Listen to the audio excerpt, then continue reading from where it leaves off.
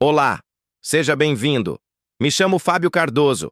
A intenção aqui não é convencer, é nos fazer pensar sobre tempos, realidades e seres desse mundo e do outro, sobre coisas existentes e coisas que ainda venham a existir. Inscreva-se, não custa. O nome de Samael atravessa séculos e tradições, surgindo como uma figura ambígua e fascinante no coração da mística religiosa.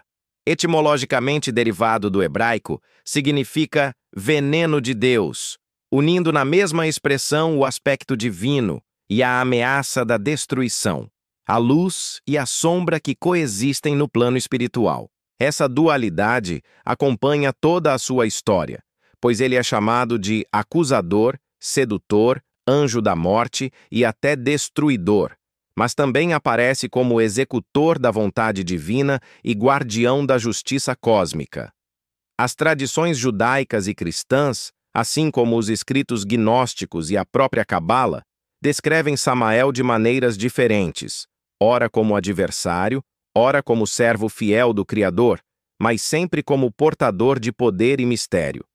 Na tradição rabínica, ele é frequentemente chamado de o anjo da morte, aquele que cumpre a sentença divina sobre os homens, sem nunca agir por conta própria, pois, segundo os sábios do Talmude, nenhum anjo possui livre-arbítrio, sendo apenas mensageiro da vontade celestial. O Talmude relata que Samael não é um inimigo de Deus, mas um acusador no tribunal celeste, semelhante a um promotor que apresenta as falhas da humanidade perante o Altíssimo. É por isso que, no livro de Jó, capítulo 1, encontramos o acusador caminhando entre os homens antes de se apresentar diante do trono divino, questionando a fidelidade de Jó. Embora o texto não mencione explicitamente o nome de Samael, muitos comentaristas, ao longo dos séculos, associaram essa figura ao anjo severo que observa e testa a humanidade. Na Cabala judaica, Samael é descrito como uma força que habita ao lado severo da árvore da vida, associado a Sefirá Geburá, a esfera da justiça e do rigor. O Zohar, obra fundamental da mística judaica, afirma que as forças de Geburá são necessárias para o equilíbrio do universo, pois a misericórdia sem julgamento levaria ao caos, enquanto o julgamento sem misericórdia resultaria na destruição. Samael, portanto, corporifica essa balança cósmica, sendo ao mesmo tempo temido e necessário. Uma antiga tradição rabínica relata que Samael foi o anjo enviado por Deus para testar Abraão no episódio do sacrifício de Isaque, narrado em Gênesis capítulo 22. Ao tentar impedir o patriarca, Samael não agia contra Deus, mas como instrumento do desafio que revelaria a fé de Abraão ao mundo. Da mesma forma, muitos sábios identificam Samael com o anjo que lutou com Jacó à beira do rio Jaboque, quando o patriarca recebeu o nome de Israel, conforme está escrito em Gênesis capítulo 32. Assim, mesmo quando se opõe ao homem, Samael cumpre propósitos divinos. Nos textos apócrifos, especialmente no livro dos Jubileus, Samael aparece associado à serpente do Éden. Essa interpretação sugere que ele teria inspirado a rebelião de Adão e Eva, não por malícia pessoal, mas para cumprir o desígnio de introduzir no mundo a liberdade e a responsabilidade moral. O Zohar reforça essa ideia ao afirmar que a queda do homem não aconteceu sem a permissão divina, pois o conhecimento do bem e do mal era parte do plano para a humanidade. Por outro lado, nas tradições gnósticas, especialmente nos textos encontrados em Nag Hammadi, no Egito, Samael assume uma feição mais sombria. No apócrifo de João, ele é identificado com Yaldabaoth, o demiurgo cego e arrogante que cria o mundo material, acreditando ser o único Deus, ignorando a existência da divindade suprema. Nessa visão, Samael, cujo nome aqui é interpretado como Deus cego, representa a ignorância espiritual que aprisiona as almas na matéria. O texto gnóstico, sobre a origem do mundo, descreve Samael como tendo o rosto de um leão e o corpo de uma serpente, símbolos da força e da astúcia, mas também da soberba que o leva a declarar: Eu sou Deus, e não há outro além de mim.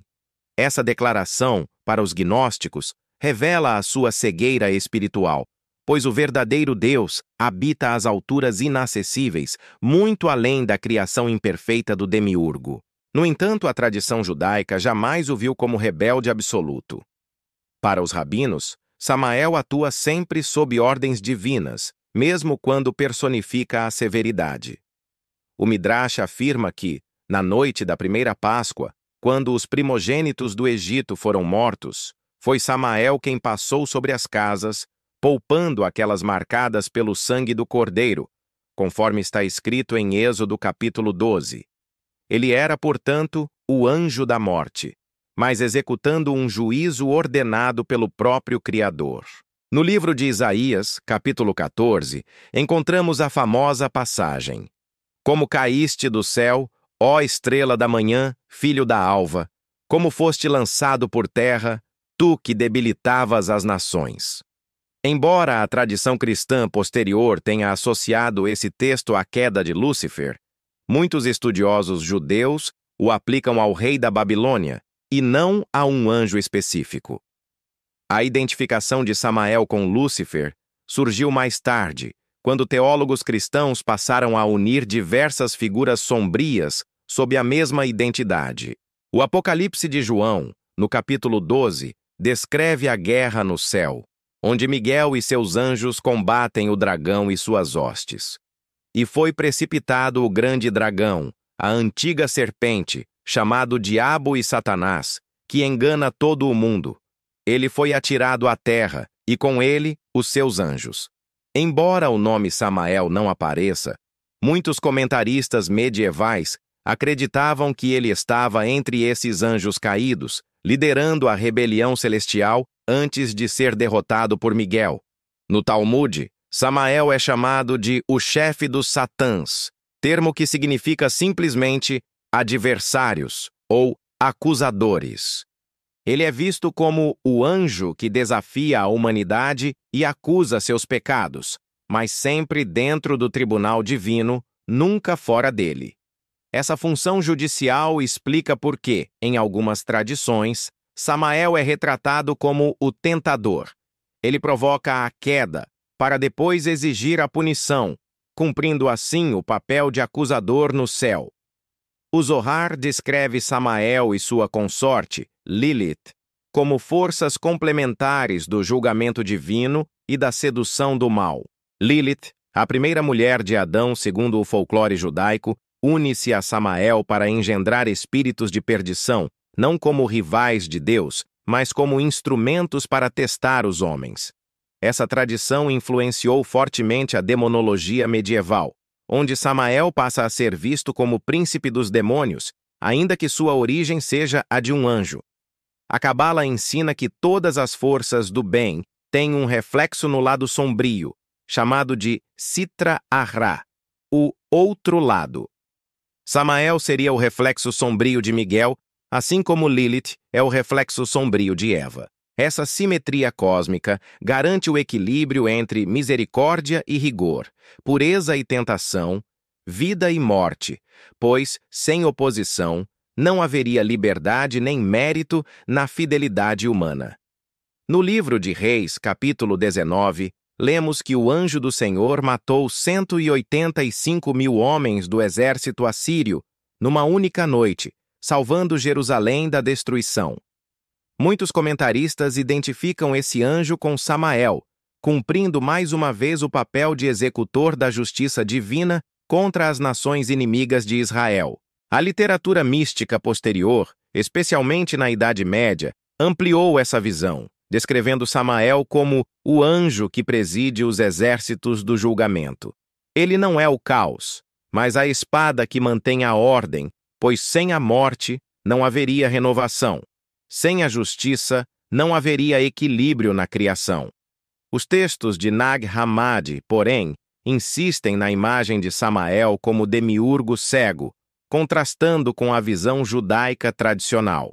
Para os gnósticos, o mundo material é uma prisão construída por arcontes sob o comando de Samael, e a salvação vem do conhecimento espiritual, a gnose, que liberta as almas dessa tirania cósmica.